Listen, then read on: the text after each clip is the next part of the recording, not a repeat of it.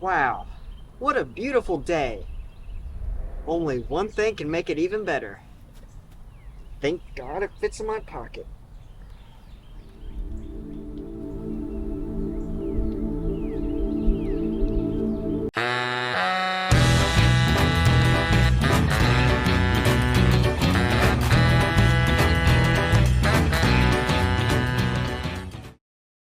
Okay. Oh hey guys, are you incapable of having social interactions? Do you often stand in the corner to avoid other people? Do you get bored being in public spaces as your thoughts wander? Because if so, you may be just like me. Video games are great, but you know what would make them better? If you could play them on the roof of a car. This is pretty awesome. Playing games on the go has been around for a lot longer than most people think. Portable gaming has been a thing since 1980 with the Game & Watch made by Nintendo, which is technically their first appearance in the video game scene. The Game & Watch had a clock and one game. If this is portable gaming, then so is this.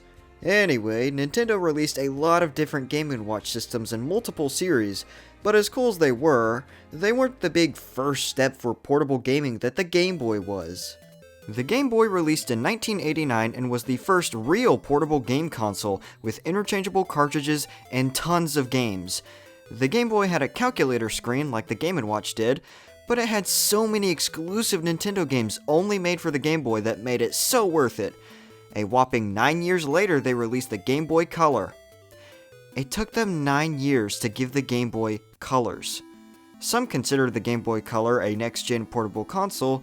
Some consider it a hardware revision. What do I think? Well, as an avid game collector who will probably get a Game Boy and Game Boy Color at some point, who is also a human being with a life, I can confidently say, who cares?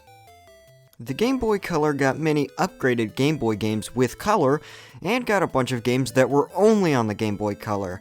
So I say again, who cares? Anyway, the Game Boys were the proper first step for portable gaming that proved to the world that playing video games could be fun anywhere and not just at home. It also gave every introvert a saving grace.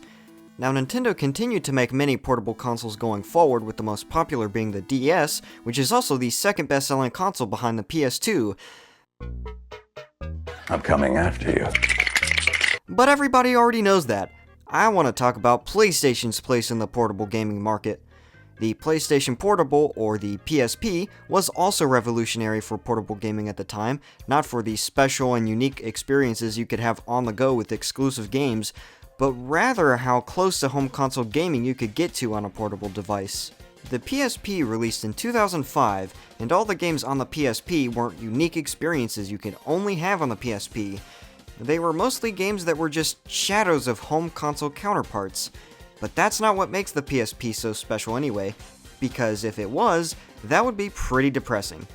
The PSP had graphics and performance not quite to the standards of the PS2 at the time, but were impressively close considering the tiny device that it was. Now, people did prefer Nintendo's approach to portable gaming with less power and more unique games, but the PSP still sold really well considering its big competition. And I think it was important that it released because it showed just how powerful portable gaming could be.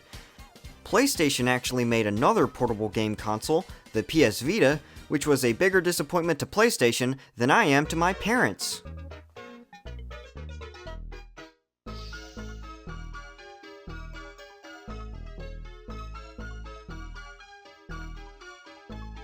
Thank goodness we're all caught up. Now I can talk about what portable gaming is like now and why it's awesome. So far, 2024 is looking to be a pretty good year. Xbox is going to be releasing actual games. PlayStation is going to be releasing more than one game this year, and Nintendo has refused to announce a Nintendo Switch 2. The Nintendo Switch. Finally something interesting going on with portable gaming. The Nintendo Switch is a handheld console with the graphics and performance of a Wii U, but is also a home console and also has real games. A hybrid console that you can play on the TV and then take out and play on the go. What an idea! And what numbers it's making. The Nintendo Switch is peak for a few reasons.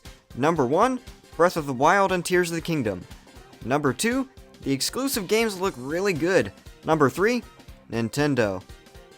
Nintendo worked their magic to make an amazing console with great games, good graphics, and an anywhere you want attitude.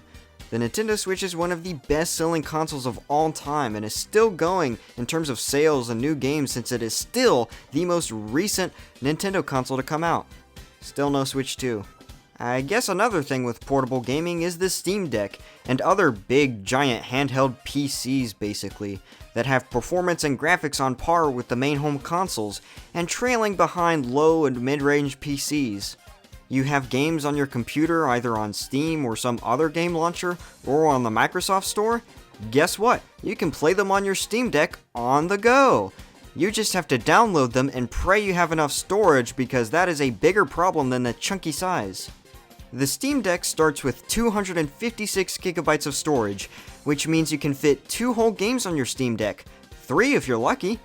Other than that, the chunkiness, the loud fans people say it has, and the expensive price because, be real, are you really going to pay $400 for 256 gigabytes? No, you're going to spring for more storage, which means more expensive. Other than all that, it's good. I don't have a Steam Deck, but I have considered getting one for 2 whole seconds. But I've heard great things about the Steam Deck, and the fact that we're in a day and age where we can play performance-heavy games on the go with systems like the Steam Deck is awesome. Now, what makes portable gaming awesome? The fact that I can play games anywhere, like on long trips, in my bed, social places where I feel really uncomfortable, and on the couch while a TV show is playing in the background. Well, time's up. Now I have to unfortunately face a social situation where I'll have to face the worst thing I'll ever have to face in my entire life. A conversation.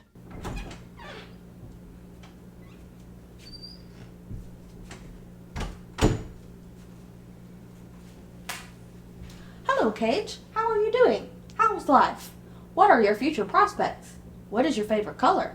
Let's start a conversation. I'll